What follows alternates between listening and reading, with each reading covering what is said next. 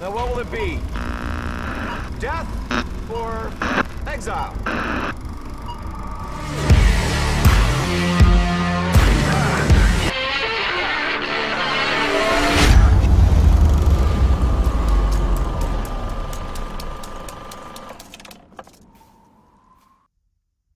Hi guys, it's Lupe from the film Exiles with another spoiler-free review for you guys. Today, I will be talking about Netflix's new feature-length film, The King, starring Timothy Chalamet and directed by David Michôd. I think that's how you pronounce his name. This is the synopsis for the film. Hal, wayward prince and heir to the English throne, is crowned King Henry V after his tyrannical father dies. Now, the young king must navigate palace politics, the war his father left behind, and the emotional strings of his past life. I must say, I'm no fan of historical biopics and period pieces. Couple this with my mild distaste for the quality of a lot of Netflix's output. In my opinion, they do have good stuff, but they put out a lot more, quantity than they put out quality. I'm always frustrated by the fact that they do not allow a lot of their creators to film on celluloid, on photochemical film. Most of their stuff is shot on digital cameras.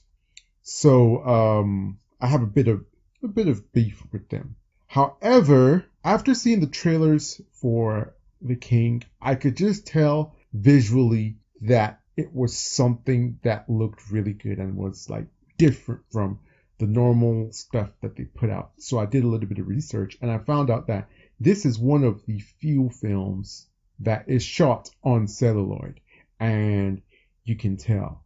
In my opinion, the star of The King is its beautiful cinematography by Adam Akopal. It's very contrasty. You got like really dark, almost pure dark. It's very shadowy. There's a gritty, grainy feel to it. The color grading has a vintage sepia tone to it. So many gorgeous compositions. It's almost like every single frame is a painting. It's reminiscent of, those beautiful Italian paintings. And I think that, in my opinion, this is definitely one of the best looking films of the year. And as of now, if I was supposed to say films that should be nominated for Oscars for cinematography, this will definitely be up there. It's either number one or number two with Ad Astra. Also, the score for this is really good. The music, it's by Nicholas Bertel. He's the guy that did the musical score for HBO's Succession.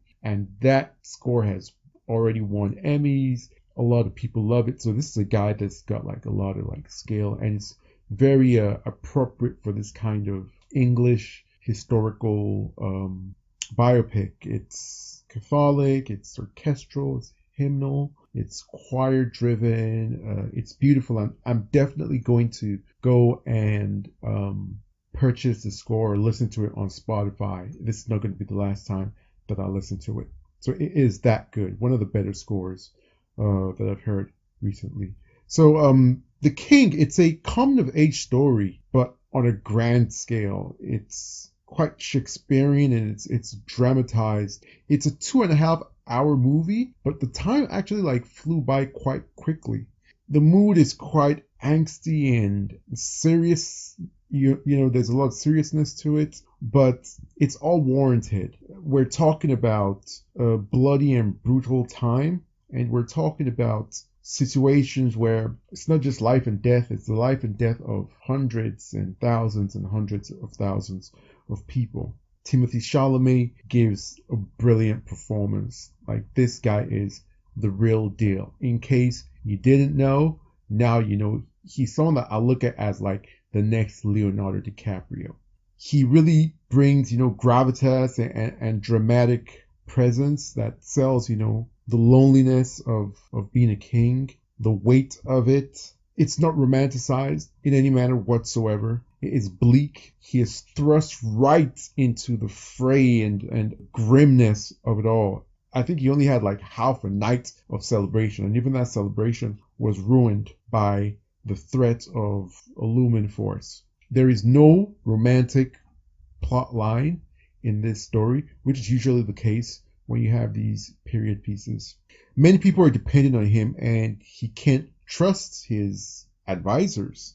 And every decision he makes is a deadly one. Basically, he's put in a situation where there is no win. He just has to pick a situation where the loss is the least, and the decision will be the best for the kingdom. Robert Pattinson is like really good in this. He's really hamming it up. He's freaking clowning the whole time. He brings a comedic levity to the proceedings, and I don't think he did it on purpose, but it just comes through. He speaks English in this campy French accent. I don't know whether to laugh or to cry, but I don't think too many French people will be very fond of his portrayal of Dauphin, the son of the French king. It's both terrible on the ears and at the same time hilarious. The story builds to a final historic battle, and Timothy Chalamet's battle speech like really gave me chills. Joel Edgerton is really good in this as well. He's one of the producers. He also wrote in this, and he's a co-star, and he plays King Henry's confidant and friend, the only person that he can trust. The final battle that, the whole story builds towards is not fantastic at all. If you're thinking of like some Lord of the Rings or some Game of Thrones type epic battle, it's not that. It's mucky, it's gritty, it's grimy. There's nothing glamorized about battle in this film. It's a mosh pit of swinging, clawing, slashing, thrashing, stabbing men in mud, in grime, in blood, in spit, in sweat. It's absolutely brutal. Overall, I really enjoyed this movie. It came as a surprise to me how much I enjoyed it. Usually when I'm watching a Netflix film, I tend to take a lot of breaks if I ever get bored. But I actually didn't take more than one break during the 2.5 hour runtime. So that really says something about it. And this is coming from someone who, as I've said, I'm not a fan of biopics. The only criticism that I'll give about this is that Henry V is one of the greatest warrior kings England ever knew.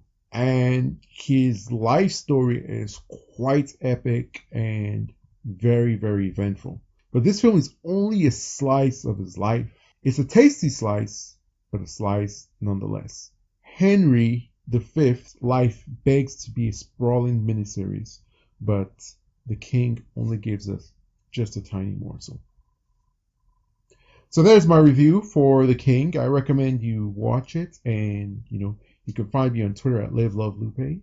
Tell me what you thought about it, and we can discuss some more. I really hope that you enjoyed this review. If you liked this, please like, comment, and subscribe.